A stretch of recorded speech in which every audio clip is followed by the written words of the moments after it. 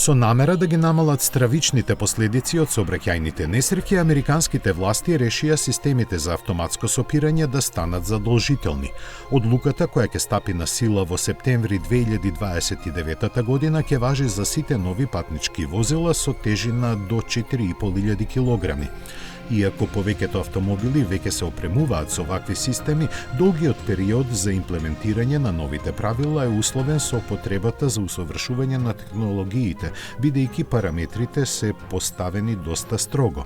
Според нив, возилата мора да бидат способни да застанат и со тоа да избегнат удирање во автомобил напред со брзина до 100 км на час во дневни и ноќни услови на возење. Возилото исто така мора автоматски да ги активира своите сопирачки до 145 км на час, доколку се детектира опасност од судар и да може да избегне прегазување на пешаци со брзина до 72 км на час.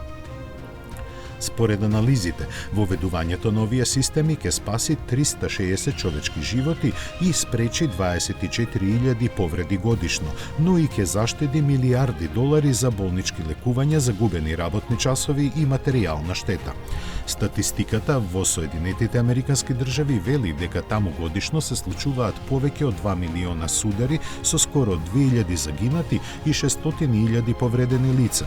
Но најшокантно е што годишно гинат повеќе од 6.000 пешаци, од кои 2/3 удрени од автомобили во движење. Се проценува дека задолжителното вградување на системите за автоматско сопирање ќе ги чини производителите само по $80 по возило.